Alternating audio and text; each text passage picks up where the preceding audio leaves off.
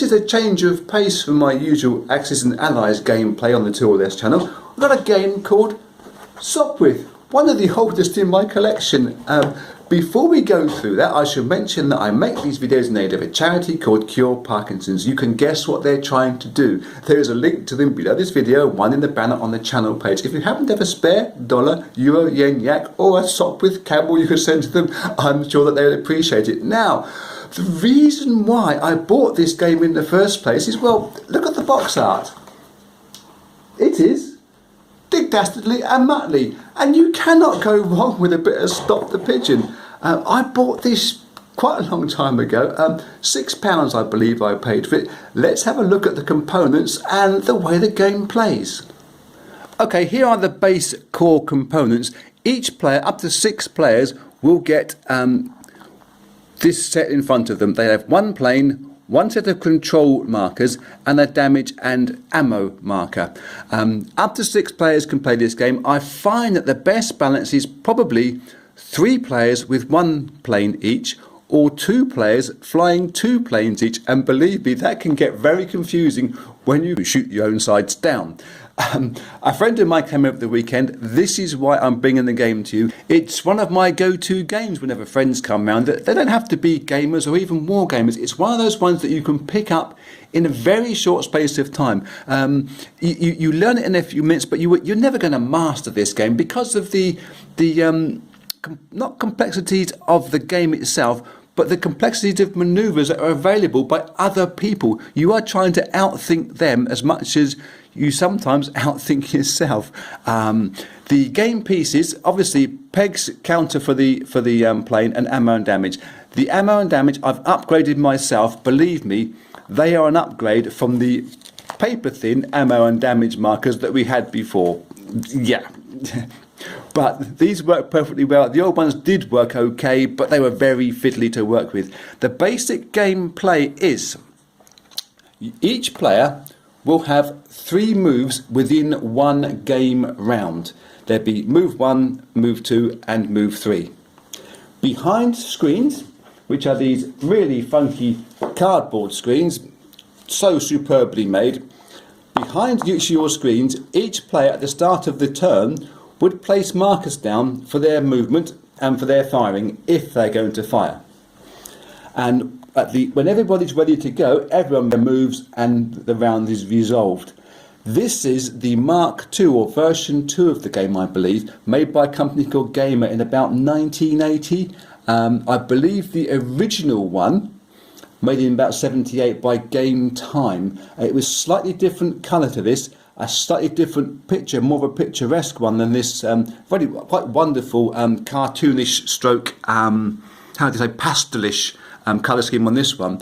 And on the original version, these control panels were separate pieces that weren't on the board itself. You moved them away, sat them in front of you, and you moved small dials and pegs and markers on that control board itself, so you could do it out of sight below the edge of the table. But then when you put it back up again, everything joggled and moved and everything got knocked over because it's all 1970s-ish designs.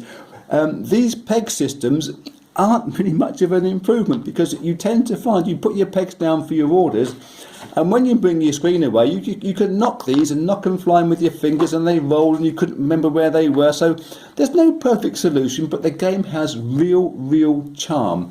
Now, you would put your pegs down for your basic manoeuvres. We'll go for the basic manoeuvres first, which is very basic. It's an ahead, it's a right or left slip, or it's a right or left turn. And very simply, your plane must be facing a hexagon flat edge. If you put an ahead order on your plane, you move ahead. If you put a slip, you keep pointing that same ahead direction, but you move to that first diagonal point on your ahead move. And if you got a turn, you would turn the plane one facing and then move it forward one. It's as simple as that. There is a move called an Ilmerman manoeuvre.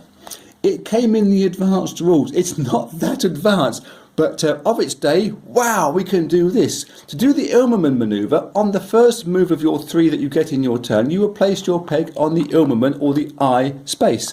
The next 2 pegs must be set at 0. That is also a move that you can make without doing an Ullmann manoeuvre, but that stops your plane in the air. If it stops in number 2, it can't go again on number 3. Ullmann will be on the Ullmann, and you must put those 2 pegs on, so you become a sitting duck. Now, I had a friend of mine around the weekend. He predicted that I was going to do that, and he absolutely wrecked me in the air. Yabu sucks, but well done him.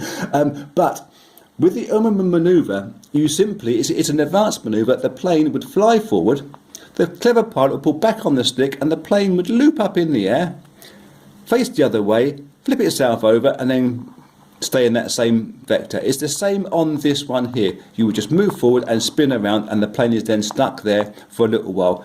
Great for catching people out, but when you're caught out in your own trap, you are hoisted by your own Picard, I think is what they say.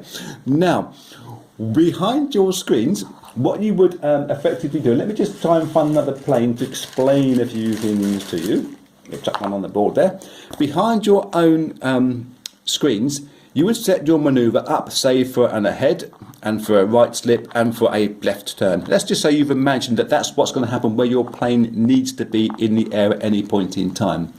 You may imagine that the plane you're going up against will be ahead of you. So you might put a fire order on the ahead move. You could put it on one of your left wings or right wing fires, and that will fire down those hexagon sides on that front vector.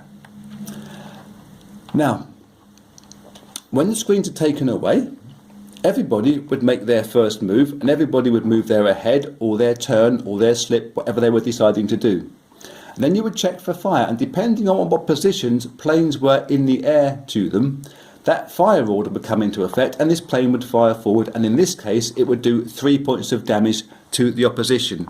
It does 4 points in the first hex, 3, 2, 1, and then 0 damage further away from that. Now, if it happens to be, let's say for instance that a manoeuvre ended up with this plane here, it is not in its front, it's ahead firing line, and it's not in its left firing line either. So that plane is safe there. It's a wonderful little idea for adding that bit of complexity and difficulty to that game, and that I think the random chance of shots missing their targets, because if it's going to be there, you're going to hit it. There you're going to hit it, but just in between, it gives you that chance to having planes making near misses. So anyway, after your first move, you've made your first move forward and you've done your fire. You may then slip your plane to the right. We've got on here. That plane would slip round there. This plane's doing whatever manoeuvre it was set up for. Then your third turn would be a turn and a move forward. And if there was a fire on the left wing and this plane was here, it would fire down this left wing and do damage to this plane. The damage is recorded on the damage and ammo table here. You begin with 12 damage and 16 ammo, and they reduce down as per your using ammo and as per your hit. It really is as easy as that. It starts off as a very simple type of gameplay. You move off from your airbase. You can turn and move off, but you must exit on this last one. Whether you exit to the side or not, it doesn't matter. If you're flying back to your base to get some new ammo, you can come into that last one from any angle and come down and land, or come in from the side and land. And when you're down there, you repair your ammo, but not your damage. And if you're chased into here, you can be shot all the time you're coming down to land, but when you're in your actual airbase itself, you're not going to get shot. But it's not often that you're going to get back to your base in one piece, in my experience, because people know you've got no ammo left and they're coming after you. There is some other extra rules. I think they call them advanced rules that come into this game. They have some robots, they call them, and some turrets and some balloons. I don't use those very often. I have used them. I find that they do add a little bit of fun to the game, but they are a little bit too faffy for my liking. I much prefer having a couple of planes up in the sky, duking it out, firing themselves around and trying to get position over the next guy as one moves and you've turned and he's slipped and so on and so forth. The one that I do occasionally use is clouds. You have these storm clouds, they call them, and they're danger clouds. They get put on at the start of the game. Each player can put one on each, or more if you want to. And if a plane flies into a cloud, it takes 1 damage for each turn that is in the cloud. But you can't shoot into a cloud if you're from the outside. And you cannot, but you can shoot out from the cloud from inside. So you get some protection from in there, but you're taking damage yourself as well. It's again a fun little thing. It adds an intricacy level to the game. I don't tend to use that with the newbie players because it just adds that small bit of confusion. But as I said, it's very easy to teach and it's very quick to play. You can rattle through one of these games after a 10-minute explanation in about half an hour, and then you're ready to go again. And I've played this game with a number of different people, and every time we've played it, they've all said, let's go again, because it is just such good, silly fun. So, thanks a lot for watching. Until next time, be cool.